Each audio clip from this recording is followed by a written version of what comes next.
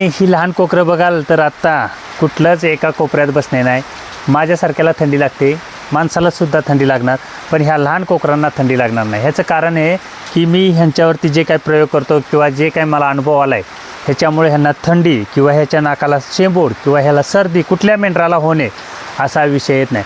आणि तुम्ही म्हणता ना लहानपणात लावल्यावर काय होतं, नर मोकळा ठेवला तर काय होतं आहे, हे बघू शकताय केवढूस आहे.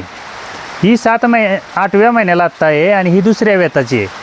मादीत फरक बघा, ही गाभण आहे दुसऱ्यांदा आणि ते मादी आहे 8 महिन्याची. काय करायचं म्हणून मी सांगतो लोकांना, नर बंदिस्त ठेवण्याचं कारण हे की ही अशी लहान पिल्लं होऊ नयेत किंवा ह्या माद्या लहानच राहतात, ह्या मोठ्या होतच नाहीत. आणि ती पलीकडची बघाल माझ्या गोमा, आमचा गोमे तर काय लाजबाब आहे, लाजबाब त्या पद्धतीत नाही. तर तसं नियोजन करायचं असेल तर मेल बंदिस्त करा, कारण त्याला पर्यायच नाही, त्याच्याशिवाय ऑप्शनच नाही तुमच्याकडे. हा बघा आमचा इकडं एक बंदिस्त आहे आणि आता ही दुसऱ्या वेताला म्हणजे 2 पिल्लं आहेत पोटात. आत्ताच मी सांगतो तिच्या पोटात 2 पिल्लं आहेत, कारण तिचं जे स्ट्रक्चर आहे आता हे जे काही बनलं आहे ते त्या पद्धतीनं बनलं आहे. तर अशा पिल्ला राहू नयेत किंवा अशा माद्या होऊ नयेत ह्याच्यासाठी असलं बनवायचं. आणि असं बनवण्यासाठी तुम्हाला मेल बंदिस्त करावं लागेल, हे एक महत्त्वाचं करून ठेवा. तर मी नेहमी मेंढीपालनामध्ये ॲडव्हान्स काय करायचं असतं हे सांगत असतो कायम, म्हणजे माझं नेहमी ॲडव्हान्समध्ये असतं. कारण काय होतं की मी स्वतः म्हणजे ॲडव्हान्स चाऱ्याचं नियोजन केलं नाही, त्याच्यामुळे मला 3 ते 4 वर्षे तोट्यामध्ये सहन करावे लागले. आता मागे मी एक व्हिडिओ केला होता की एवढा चारा लागेल वगैरे वगैरे, तर खूप साऱ्या लोकांनी सांगितलं की एवढा चारा लागत नाही वगैरे वगैरे, सर्व काही कमेंट आल्या.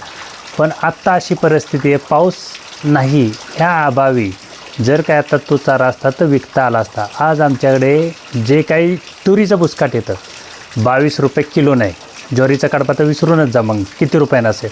तर ह्या सर्व संकल्पना असतात आपल्याकडे. आणि माझ्या घरात वैयक्तिक बघाल तर 5 ते 6 बॅगा भरलेल्या आहेत, म्हणजे 3-3 टनाच्या 2 आहेत आणि 1-1 टनाच्या 2 आत्ता अजून आहेत आणि 1 टनाच्या तशी संपते. म्हणजे असं टोटल नाही म्हणलं तरी 9 ते 10 टन सुका चारा होता आणि 1 टन मी स्वप्नील साहेबांना दिला. अशा प्रकारचा चाऱ्याचं नियोजन करावं लागतं.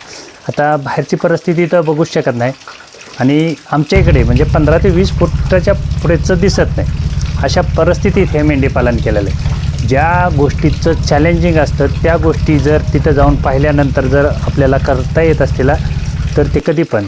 आता माझं काय मेंढीपालन वगैरे काय होत नव्हतं, म्हणजे आपला काय पेशा नव्हता, पण अशा वातावरणात अशा परिस्थितीत असं करणं म्हणजे रिक्स असते. तुमच्या वातावरण आमच्या वातावरणामध्ये जमीन आसमानचा फरक होतो आणि अशा वातावरणात हे मेंढीपालन करणं. आता तुमच्याकडं खाली जे शेड असतात, आता पाऊस पडला की त्यांना सर्दीचं प्रमाण वाढतं. तर चला मी तुम्हाला माझ्या शेडमधल्या लहान कोकरांचं आणि मोठ्या मेंढ्यांचं कुठल्याच पिल्लाचं सर्दी किंवा एका कोपऱ्यात बसले तर एका ती दाखवतो. चला.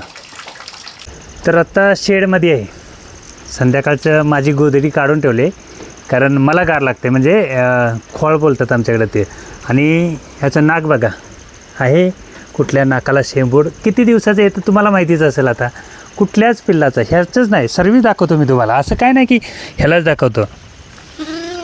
तर सर्वात लहान आपला हा राणासाहेब बघा आहे, किंवा थंडीहून किंवा कुठल्या कोपऱ्यात बसणे मेंढरं, कुठलीच मेंढरं बघा, एकही मेंढरू एकाही कोपऱ्यात असं बसणार नाही, काही नाही. तर अशा परिस्थितीचं हे मेंढीपालन आहे. तर आता हे असं का झालं तर मी तुम्हाला सांगतो. हे होण्यामागचं कारण म्हणजे अभ्यास. मला जी अडचण येत होती त्या गोष्टीला पुन्हा होऊ नये ह्याच्या अडचणीचं सोल्युशन करणं. आत्ता माझ्याकडे 12 ते 15 टन चारा आहे आत्ताच्या परिस्थितीत. आणि आत्ताच्या परिस्थितीत चाऱ्याचे रेट किती झाले ते तुम्ही तुमच्याकडे बघायचं, आमच्याकडच्या चाऱ्याचा रेट नसतो. तर मेंढीपालन करताना काय करायचं, आपण ॲडव्हान्समध्ये चाललं पाहिजे. आजचा दिवस गेला उद्याचं बघू असं करायचंच नाही. माझ्याकडं तेच होतं आणि मी पण तेच केलं होतं. माझ्याकडं क्षेत्र चारायला भरपूर आहे. मी काय करायचो, आजचा दिवस गेला ना उद्याचं उद्या बघू, अशा पद्धतीनं जेव्हा मला त्रास व्हायला लागला आणि त्याच्यानंतर मी चाऱ्याची संकल्पना करण्यात माझे जास्त दिवस गेले. तसं न करता ॲडव्हान्स चारा असला कधी पण फायद्याचा असतो. आणि तुम्ही म्हणता की पाऊस चालू झाला की हे त्रास होतील आणि ते त्रास होतील, तर मी तुम्हाला सांगतो वैयक्तिक, पाऊस चालू झाल्यानंतर कुठलाच त्रास कुठल्याच मेंढराला होणार नाही. त्याचं कारण पण सांगतो, मेंढरू आजारी पण होणार नाही. मी तुम्हाला सांगतो ना, तर त्याचं काय आहे 60% सुका चारा आणि 40% ओला चारा दिला तर त्या प्राण्यांना काहीच होत नाही. कारण 100% ओला चारा दिला आणि त्या चाऱ्यावरती ज्या बारीक आळ्या बसतात ज्या आपल्याला दिसतच नाहीत, त्या आळ्यांचा परिणाम ह्या पिल्लांवरती किंवा ह्या प्राण्यांवरती होतो. त्याच्यामुळं मेंढीपालन हे पावसाळ्याच्या सीझनला आजारी पडतं. आता कुठल्याच प्राण्याला, म्हणजे माझ्या वैयक्तिक मी सांगतो आहे की जानेवारीपासून ही पिल्लं कुठलंच, म्हणजे जानेवारीच्या अगोदर पण आजारी पडलं नाही ना आता पण पडत नाही, तर लहानसुद्धा पडत नाहीत. ह्या अशा पद्धतीतलं हे मेंढीपालन आहे. तर काय होतं की आपण त्याचं कॅल्क्युलेशनच करत नाही की काय केलं पाहिजे आणि काय दिलं पाहिजे. आपण सर्रास म्हणजे चारा पण काय दिला पाहिजे, कसा दिला पाहिजे ह्याच्या गोष्टीचा अभ्यासच करणार ना कोण. आता हे बारीक चारा आम्ही काय घालतो, तर ह्या कोकरांना खाण्यासारखा किंवा ह्या प्राण्यांना खाण्यासारखाच चारा बनतो म्हणून हा बारीक चारा घालतो ना. आणि तसं जर काय केलं आपण तर ते मेंढीपालन चांगल्या पद्धतीनं चालतं. आता माझ्याकडे 1 ग्राम म्हणजे जानेवारीच्या नंतर ह्यांना 1 ग्राम ओला चारा भेटला नाही. जर काय त्यांना ओला चारा 40% दिला असता तर हे त्याच्यापेक्षा क्वालिटी झालं असतं. पण विकतचा चारा हा कधीच चांगला नसतो, विकतचा मुरघास तर कधीच चांगला नसतो. आणि तुम्ही घरचा जर मुरघास केला, हिरवा चारा तुमचा 3 किलो देणार असाल तर घरचा मुरघास 1 किलो द्या, त्या 3 किलोच्या बराबरीनं ते मुरघासाचं काम करतो. कारण मुरघास ते सर्व त्याची प्रक्रिया पूर्ण झालेली असतील, त्याचं काम ते मुरघास त्या पद्धतीनं करत असतो. पण आम्ही त्या गोष्टींचा विचारच केला नाही ना, काय करतं आणि काय नाही किंवा कशा पद्धतीनं होतं. तर अशा सर्व गोष्टी असतात. आणि जर काय तसं जर केलं तर हे मेंढीपालन कधीच तोट्यात जात नाही आणि काहीच होत नाही. आणि सतत पडणारा पाऊस म्हणजे आता चालू झाला आहे, आता काल रात्री जो चालू झाला आहे तो अजूनपर्यंत बंद नाही. म्हणजे ठेमठेम कायम आमच्याकडे पाऊस पडतो. आणि अशा वातावरणामध्ये असं काही करणं हे रिस्की काम असतं. तुम्ही सुपीक भागामध्ये पहा मेंढीपालन आणि अशा भागामध्ये पहा मेंढीपालन. आत्ता जरी म्हणलं तरी शेडमध्ये गार लागते, मला गार लागते, तर ह्या प्राण्यांचं काय घेऊन बसता, तर ह्यांनासुद्धा गार लागू नये ह्याच्यासाठी आम्ही त्यांना केलेलं नियोजन आहे. फक्त चाऱ्याचं जे काही आपलं ह्या वर्षाचं गणित होतं मुरघासाचं अजिबात झालं नाही. आणि ते जर ह्यांना 40% मुरघासाचं नियोजन असतं तर ते टॉपमध्ये येणार. आणि तुम्ही पण मेंढीपालन करताना ना, मी काय अभ्यासक किंवा मी काय प्रशिक्षण ह्यातलं काही नाही, पण तुम्हाला काय त्रास होतो आहे आणि तुम्हाला किती त्याचं सोल्युशन करायचं ह्या सगळ्या गोष्टीचा अभ्यास केल्यानंतर तुम्हाला ह्या सगळ्या गोष्टींचा अनुभव येईल, त्याच्याशिवाय येणार नाही. आणि हे जेव्हा तुम्ही कराल ना 40 आणि 60, त्यावेळी तुमच्या मेंढ्या किती आजारी होतात त्याचं बघा आणि अगोदर किती मेंढ्या आजारी होतात हे बघा. कारण मेंढी आजारी होणे हे सर्वांनी सांगितलं होतं, पण मी स्वतः सांगतो ना, मेंढी आजारीच होणार नाही. कारण माझ्यासारख्या एवढ्या बेकार परिस्थितीत ह्या मेंढरा आजारी होत नाहीत. आम्ही म्हणजे ह्यांना जगण्याचं वातावरण नाही अशा परिस्थितीत हे आजारी होत नाही. जिथं जगूच शकत नाही तिथं हे आजारी पडत नाही. आणि तुमच्या भागात जगते म्हणल्यानंतर ते आजारी कशानं पडेल, तर ते आजारीच पडणार नाही. बघा आता हे पिल्लं आहे काय त्यांचं. तर अशा पद्धतीनं जर काय केलं तर हे त्या पद्धतीनं चांगल्या पद्धतीनं होतं. फक्त काय संकल्पना पाहिजे. माझं ॲडव्हान्स नियोजन कधी पण पाहिजे.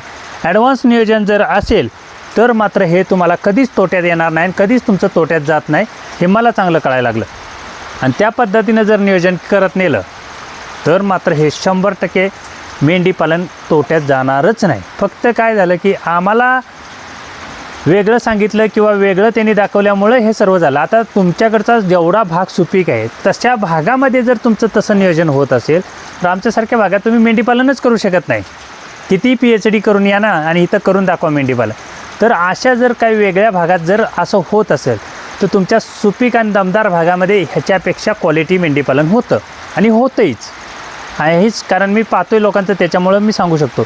तर मेंढीपालनाचं काय करायचं, ॲडव्हान्स जे काय असेल आपण बिझी नाही राहायचं, तर आपण फ्री राहायचं, नवीन काय करता येईल ह्याचा उद्योग बघायचं आणि त्याच्यानुसार हे मेंढीपालन करायचं. अजिबात कुठला त्रास नाही.